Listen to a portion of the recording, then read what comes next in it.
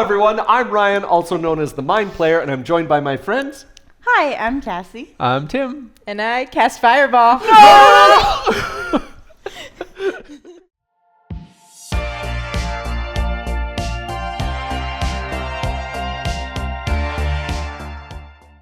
So today we're going to be talking about the Wizard, the ultimate spellcasting class in D&D.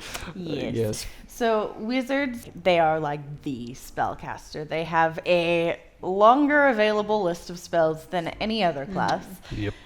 They can do almost everything, which is really, really cool. And also another really cool thing about a wizard is that you can actually gain spells outside of leveling up. They are the only class that can do this, but they do have a spell book, and they can copy spells into their spell book if they have like a scroll or some kind of other way to learn the spell in game. It does cost a little bit of time and resources to be able to do that, but yeah, you can just have Which is so cool. every spell in It's your really spell neat. book Yep. if you wanted to, which is incredible. So yeah, that is kind of like wizards. They are the spellcasters who have gotten their magic through devotion and study. They did not take a shortcut like the warlock did. They have worked to earn this magic. So that is what a wizard is. There's not really much else to talk about with them. They have spells. Let's talk about subclasses. Oh, right. Wow, right into it. Yeah. Yeah. I mean, that's really it, is they just have ways to get magic back and Yeah. cast magic. And Yeah. I will That's say, it. the spell book for the wizard, it's so integral to the class, and I love that. I love that you have this physical object. It creates a bunch of role play potential, and it's just like a really neat flavor thing. That's like, that's your magic right there. This, Yep. the image of the ancient spell book that's full of all sorts of weird and interesting spells. Like it's such a cool thing. Is it possible to lose your spell book Yep. Yes. and then just go backwards, or like how does Then that? You just have to Spend a get bunch of time. Yeah. Or But get it's- your spell book. Don't lose your Yeah, spell don't book, lose your It's basically. spell also possible to steal someone else's spell book. Correct. Yes. Ooh, Yeah. and then suddenly you are really friggin' powerful. Well, Yes. you do have to take the time to copy it into your own spell book. Yeah, Uh-oh. because what it is, you have to kind of write it in like your way of doing magic. Yeah. But Gotcha. you now have a list of spells to copy into your spell book. Yeah. And that's the whole thing. As a wizard, given enough time and resources, you can have every Yeah. spell that's on the wizard spell table, which is the biggest one in the game. Yeah. Yep. So And the time and the money the money cost to be able to put a spell into your spell book, it represents like the material resources that you have to do as you're like experimenting with the spell to try and figure it out in a way that to works make for it you. true. Yep. Yeah. It's like coding, but Yeah. Yeah. But spells. okay. So Interesting. yeah, let's dive into some subclasses. All right. Is the abjurer first? Abjurer It is Okay. first. So yeah, I have taken a look at that one. So the abjurer, they use magic to block, suppress, and shut down other magic. They're kind of like the magical protectors, not like a paladin, but like with spells. So they're blue magic in Magic the Gathering. Yeah, sure. There you go. yeah. So they're kind of like a party safeguard against curses, spirit spellcasters, supernatural things that might like overwhelm them, stuff like that. They really focus on control and prevention, and are pretty good if you want to be able to turn like a potentially dangerous situation into a more manageable one through some sort of like magical defense. So their signature abilities. The first one is they get to expand their spell book with some extra abjuration spells, just for free. You just get those, and that kind of reinforces your identity as someone with, who's good at protective and anti-magic effects. Your next one, this is kind of the bread and butter of this subclass, is your arcane ward. So with this, you weave a protective magic around yourself that can absorb damage before it reaches you, and it recharges when you use abjuration spells, or you can just spend spell slots to sort of regenerate it. But essentially what it is it's an aura of magic that has a certain amount of hit points, and you can use that, kind of whirl it around you to take the damage instead of you. And then once you get a little bit better with it, you can start to project that ward, which is your next ability, onto your allies within 30 feet of you. And you can start sort of weaving that magic in front of them to defend. So it's kind of neat. You've got this thing that is basically a damage soak, and it will regenerate its own health anytime you use an abjuration spell. So that's kind of neat. Yeah. Huh. Yeah, I do find that one quite an interesting ability. Then you get later on something called Spellbreaker. You always have Counterspell and Dispel magic prepared, and you become very efficient at shutting down enemy magic. Dispel you can use as a bonus action. Oh. And I think Whoa. so. Is that right? Yeah. Yeah. And you get proficiency with the check you make for it, which is awesome. You're getting an extra bonus to your roll that you have to make. And if you use Dispel Magic or Counterspell and it fails to actually cancel a spell or remove a spell, you don't waste any spell slots. or No anything. way. No Yep. way. So that's really nice. What? So you can just Okay. kind of keep trying till it works with that one. Yeah. And then your high level ability for the Abjurer is you gain resistance to spell damage and advantage on saves against spells. So, Nice. sorry about this Spellbreaker. Yeah. As a player, that's awesome. As a DM, that sucks. Yeah, it Because how does. many times is it where like somebody's like, I cast Dispel Magic. It's like, well, it didn't work. Well, I do it again. Okay, you failed again. Well, I do. Like, how many times do you let them keep trying? Yeah. Right. Well, But and in with the added proficiency bonus, the chance of it failing is like even less Yes, now, right? yes. So, But the other part is like whether they fail or not, there used to be a cost associated with it. It's That's like, right. yes, you can try again, but you're gonna burn another one of your spell slots. the cost is Yeah. time here, I guess. Yeah, That's all you can so really punish as them a with. DM, you now have to come up with like a reason that time's important for there to be a risk for them to just sit there and keep trying, right? Otherwise, Yes. everybody's going to do it. Yep. When in the past, it was go ahead, but burn another spell slot doing it. Yeah. Yeah, Yeah. I think I liked it better when it cost every time. But anyways, that's just me. Yeah. I do like I the like high level ability here. I think like some of the most annoying enemies you fight in D&D sometimes are ones that have these things like resistance to all spell damage and advantage on all spell saves. Yeah. So that's quite a nice thing to have, especially if you're trying to be Players a get little it now. more sturdy. Yeah. Yeah. So my examples here, I'm going to use an example from the DC universe, Dr. Fate. Who's he's sort of like the Doctor Strange of DC. So Doctor Strange, I think, could kind of fit here too. You know, he's obviously trying to protect against cosmic threats. Yep. And a lot of his magic is about that. But yeah, Dr. Fate is the same sort of thing. His magic is different, but like very focused on protection, and they've got this massive magical power. Also, Hermione could count here. Oh, I mean, can see she's- that. Yeah, she's very much kind of that's more her flavor of magic, I think. Yeah. Studying things that are going to be a help or a protection or being able to get rid of bad things. So. Should we just come up with a Harry Potter character for each one of these We could, subclasses? Which subclass? Which? Yeah, that's the Abjurer. So if you're into the protection magic, that's the subclass. Okay. The next subclass is the divination class. Oh, So these are yes. the people who want a clearer understanding of the past, the present, and the future. They strive to part the veil of space, time, and consciousness. So their focus for spells is spells of discernment or remote viewing or supernatural knowledge and foresight. And I feel like this could also be Hermione. Like, you Yeah. want to know everything. Well, Yeah, if we're admitting she's proficient at everything. She is pretty She's great. probably all the subclasses at some point. Yeah. She's the one who gets the spell book and copies it. Oh, every Ah. single spell. Oh, yeah. Yeah, so level 3, you add 2 spells to your spell book, but these are divination spells instead of the Abjurer ones. And also, you get, I really like this, glimpses into the future. And so this is manifested above table by after a long rest, you roll 2 d20s and you just record those numbers and save them. And then later, when a d20 is needed, you can use it. So say you rolled a 1 on your d20. Well, now that d20 roll for my enemy to hit me, that's a 1. Before they roll it, that's a 1. And then you've used that. And or if you roll a really high number, well, before I roll, I'm actually just going to say it's this number. So it's not like you roll and choose which one you want to go with. It's like, I'm not going to roll. I'm going to make that number I rolled. I saw the coolest thing yesterday. with this. So, your role affects another character's role. It was Brennan Lee Mulligan, and he was playing with Marisha from Critical Role. Okay. And he had a character who was like some big evil person who was supposedly doing death saves and passing their death saves, or was going to pass a death save or something, right? And Marisha was playing a diviner and was like, I'm going to use this thing to make it a 1. And you see Brennan Lee Mulligan go,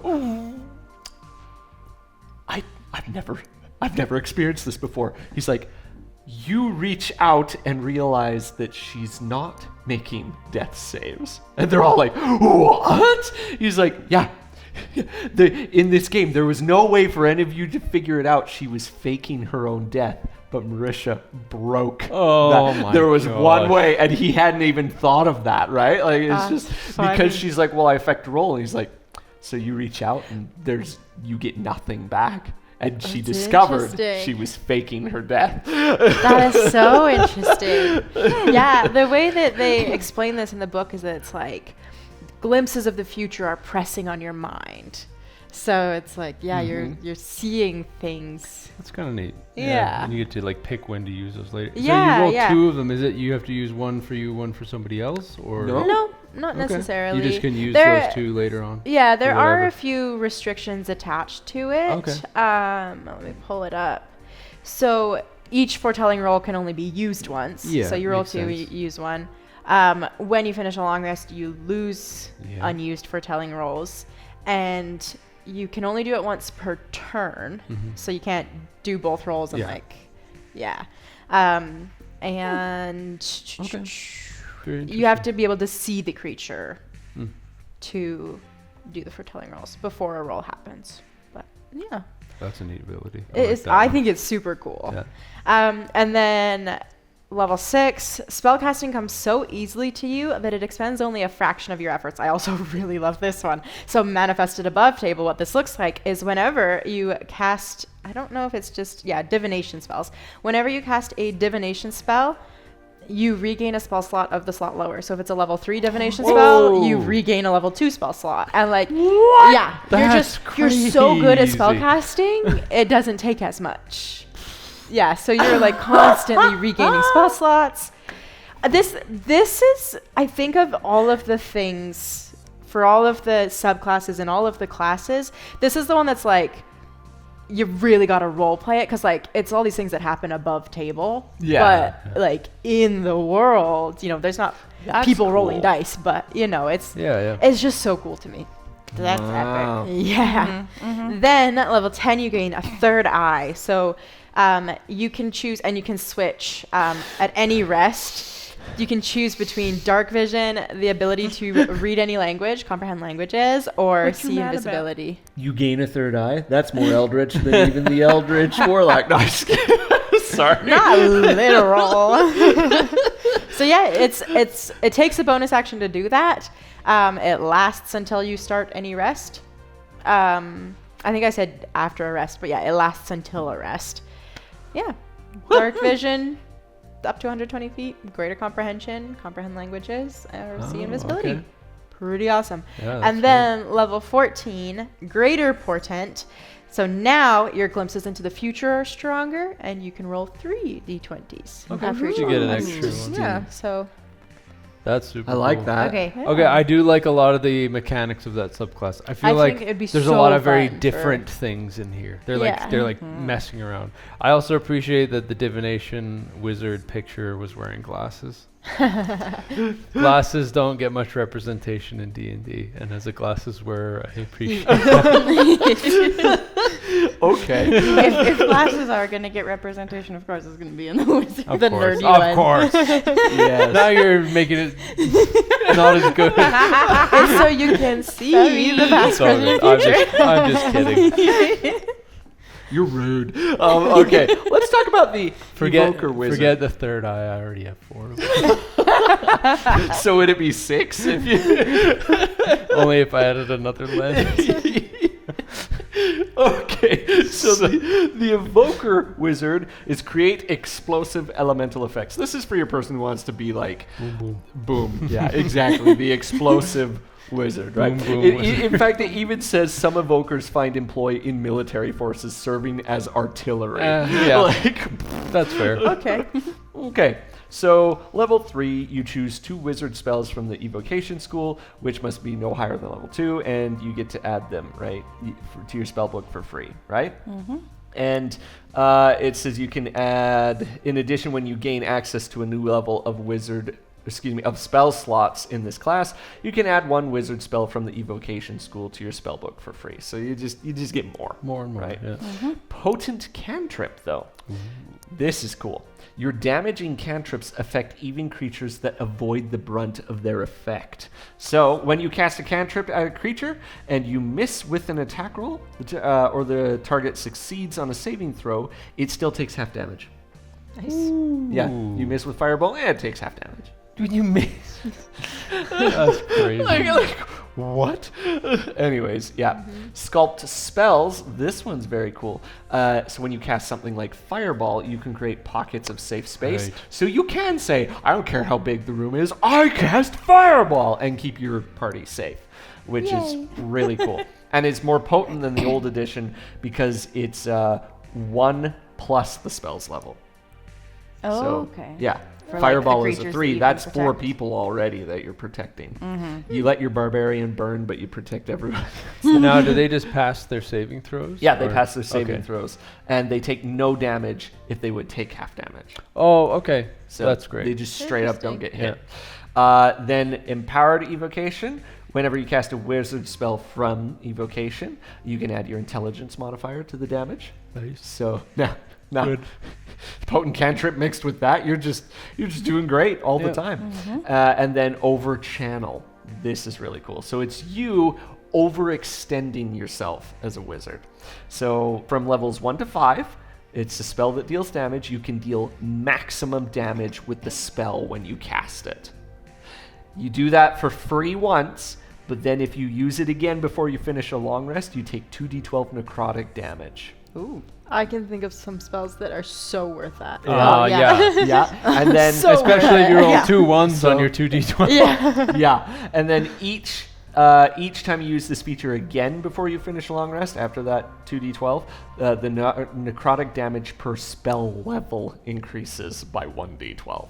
So if you do it for like a 3rd level fireball, it's free the first time. Second time you take 2d12, right? But then the 3rd time you're taking 5d12 Right. necrotic damage. Yeah, then that's getting a little more Yeah, serious. yeah. And as a wizard, you don't have a lot of help No, to no, go no. by. That does feel like it fits really well with overextending yourself. Yes, that's a good one. And, Very and thematic. that's so cool. Like maybe it's your heroic sacrifice. It's like, we need to kill this monster Yeah. this turn. It's like, okay, I cast a 9th level fireball, but you're gonna take like 11d12 fire damage or necrotic damage. It's like, I know. I'm going out in style. Actually, we had a character do something very similar to that in a campaign we just played. So yeah. Anyways, that is the Evoker Wizard. I think it's fun. If Yeah. I was playing a wizard, that's what I'd choose. Yep. Sweet. Yep, intense damage. It's Yeah. just so much fun. That's very cool. Yeah. Yeah. Let's talk about the Illusionist. I love the Illusionist. So, no surprise, Illusionists are really good at illusion spells. So, from level 3, Illusion Savant, they get some extra illusion spells they get to add to their spell book for free right away, and then as they level up. And then also Improved Illusion. You no longer have to do any verbal components for any illusion spells. Also, your illusion spells range increases. And you learn the minor illusion cantrip or a different cantrip if you already knew minor illusion. Minor illusion. And Harry Does that Potter, mean, this does is that the mean Weasley it's twins. a dwarf? No. A little dwarf mining in it. This is not. I think you need to go to bed. Yeah. Also, when you cast minor illusion, you can cast it as a bonus action, and you can make both a sound and an image with a single casting. So minor illusion just got much Got a bit better, better, for yeah. you, which is super duper fun. Sorry. The dwarf now makes noise when it. Oh my god. No one thinks that's funny. Stop. Says the guy laughing. All right. Level 6, phantasmal creatures. You have summon beast and summon fae spells always prepared. And you can change the school of those spells to illusion when you are casting them, which causes the summoned creature to appear spectral. So you get to just kind of, it's the same spells, but they just appear like an illusion, which I think is pretty cool.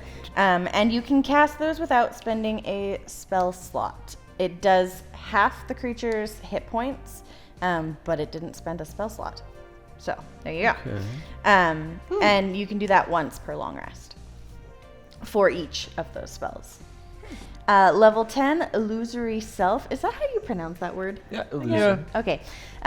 Level 10, illusory self. When a creature hits you with an attack roll, you can just have an illusion self of you pop up in between you and the attacker.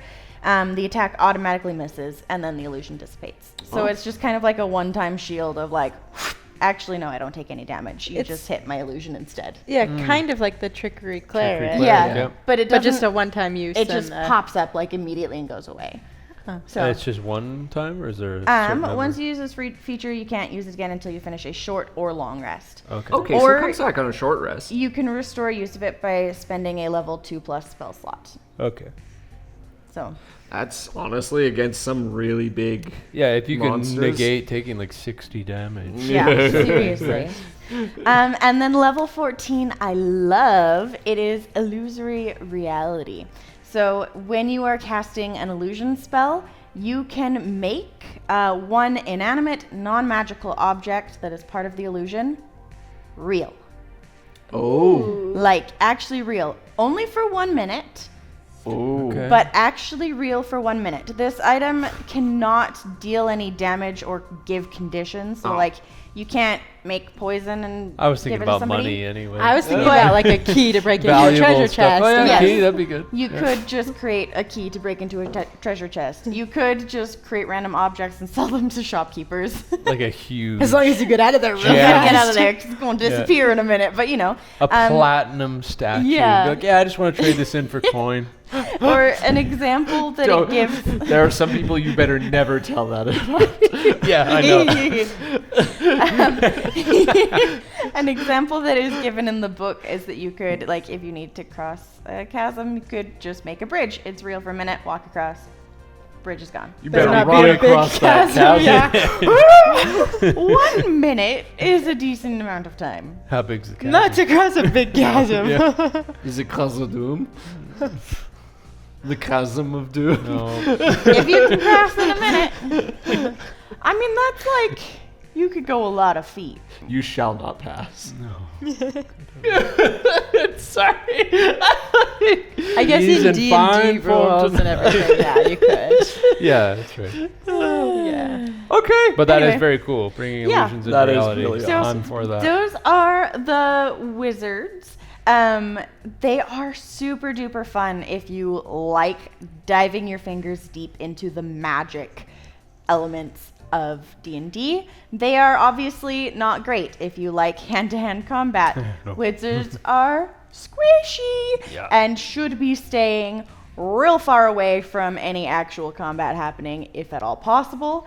But, you know, if you like that, that is fantastic. And there's, like, a lot of really good roleplay ideas for, like, I don't know, especially the illusionist. Like, obviously you're a magician.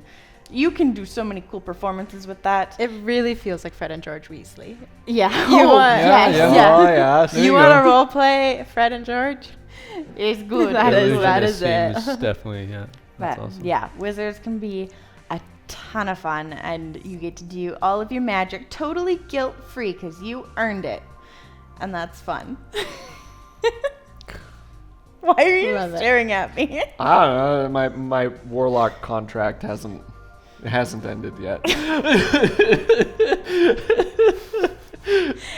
Anyway, does anybody else have anything to add about the wizards or anything? No? I think it was good. What difficulty level would you say Yeah, fair to play? I mean, medium to higher. Rare. Yeah. Yeah, I the do spell think- management here is probably the most complex Yeah. of any class. So Yes. Fair. Yeah. because there's so many spells and to keep track So of what many you got and get spells. new ones. Like Medium. They're well, medium. here's the thing. We all think that it's probably medium, but like there has to be a hard somewhere in here. Otherwise, the scale, like, you know. No, Doesn't matter. I medium think means nothing. If Yeah. medium is Rogue if is hard. medium's everything, then why are we saying I medium, think this right? is medium. I think we didn't say this, but I think the warlock is hard. Yeah, we didn't get to. Yeah. I do think the warlock's is hard. super hard. Like Yeah. there's so much going on. This you just gotta know spells. I If you would- know spells, you're good to If go. warlock's hard, I'm putting wizard as like medium to hard. Okay. Yeah. Like Fair. that little category. Because I do think that some people may find the spell management a bit complex and potentially overwhelming, especially if you immediately jump in at a higher level of The- play. That's a lot Yeah. to do. The Yeah. hardest part of wizard is just remembering how do I expend resources to copy things down into my spell book, That's fair. and how many spells am I allowed to know? Because Yeah. I find the spell casters way easier to play than like the hand-to-hand combat Really? players. Way Interesting. easier. Like Interesting. I'm having a really easy time with the cleric. I had an easy time with the bard and like learning them, but a rogue I could not for the life of me figure it out. So like that's just the way my brain works. But even with that, I am intimidated by the wizard. Yeah. There you go. Interesting. So like Maybe it's because I've played a wizard before. yeah, Right. and maybe it wouldn't be that hard once I figured it out. Well, but- that's just the thing. Like after you've played one, you'll probably be good. But Yeah. like the process of figuring it all out is always going to be One different for thing everybody. I will say about the wizard, like creating a wizard character, I want to start at level 1 and play Yes. up. fair. Yes. If I am playing like a one shot at a higher level, the amount of effort that it takes Uh-huh. to build a character with like all of your known spells and then also It is a prepared lot of spells, spells to go through. it's a ton and it's just not worth it. Like Yeah. if Yeah. you're not when you're starting at level 1 and then building as you go, It's pretty easy. It's Yep. not that bad, but starting at any kind of higher levels to just create a wizard,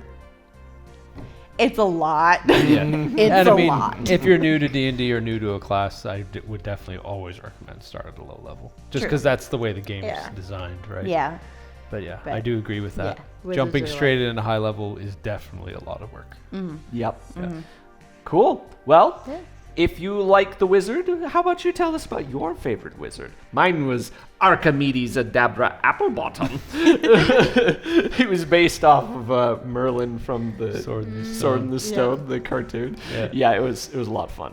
But yeah, tell us about your favorite wizard. Give us a like and a subscription. And that's it. This is all we're doing for That's now. all the for classes all in the classes. We made it through. We may come back and do some non-core rule book classes Yeah, maybe. later. Yeah, down Maybe. the road. We're going to take a little break from this for now. Yes. Yeah. So thank you for sticking through, especially if you watched all of them. And we'll see you on some of our other videos. Bye, guys.